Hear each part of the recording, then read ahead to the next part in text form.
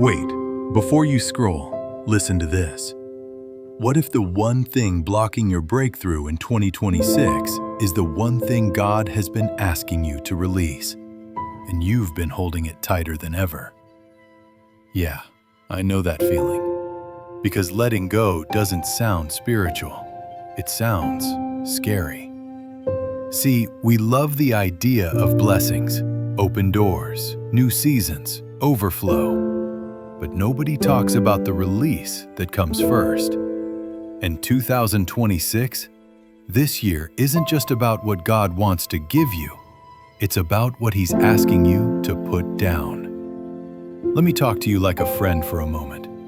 God is not trying to punish you. He's not trying to take joy away. He's not trying to make life harder. He's trying to make it lighter. Because some of the things you're carrying were never meant to follow you into this next season. Think about it.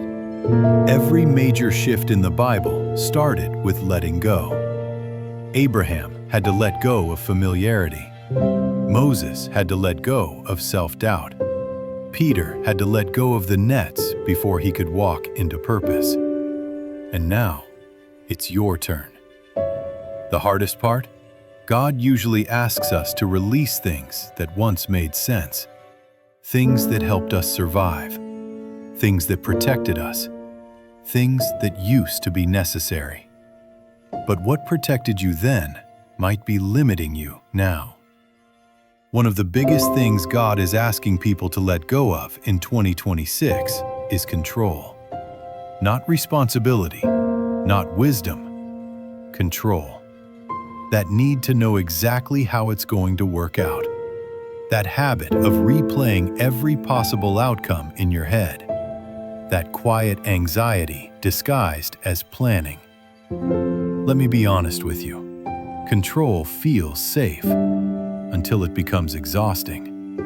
You pray, but still try to manage the outcome. You trust God, but only after you've tried everything yourself. And God is gently saying, "Can you trust me without the backup plan?" Because faith doesn't mean you stop thinking. It means you stop gripping. Another thing God may be asking you to let go of is an old version of yourself. The one that learned to stay quiet to avoid conflict. The one that shrinks to keep the peace. The one that keeps saying, "This is just how I am." No, that's how you were. And 2026 requires a version of you that doesn't apologize for growth.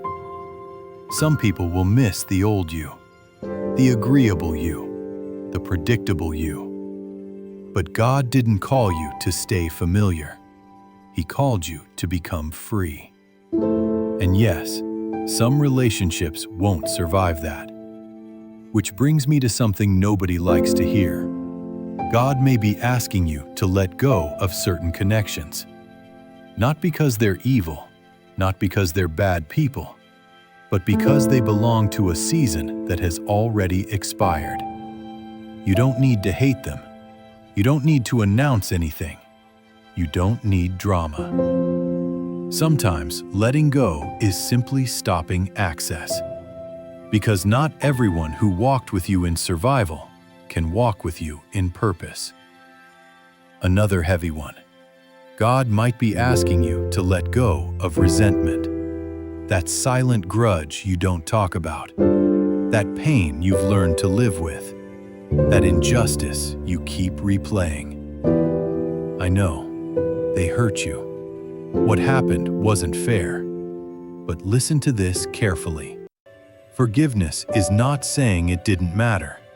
It's saying it no longer controls you. And God doesn't want your future chained to someone else's mistake. You deserve peace, and peace requires release. Now here's one people don't expect. God may be asking you to let go of a dream that looks good, but no longer aligns with who you're becoming. Sometimes we idolize what God once promised instead of listening to what He's saying now. Not every closed door is an attack.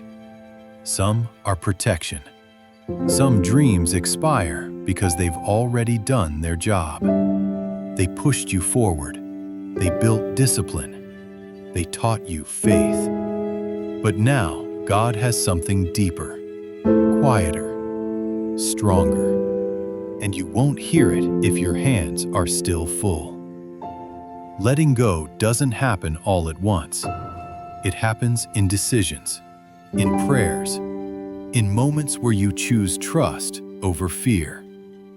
And I won't lie to you, there will be moments in 2026 where you want to go back to what's familiar. That old habit, that old mindset, that old situation. But growth doesn't live there anymore.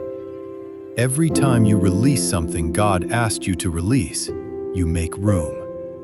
Room for clarity, room for peace, room for alignment. And here's the beautiful part. God never asks you to let go without already preparing what comes next. You may not see it yet. You may not understand it yet. But what's ahead of you requires empty hands. So if this message feels personal, if something stirred inside you, that's not coincidence. That's confirmation. Take a breath. You're not behind. You're not late. You're just being invited into a lighter version of yourself. And 2026, it's not about holding on harder. It's about trusting deeper. Let go. God's got you.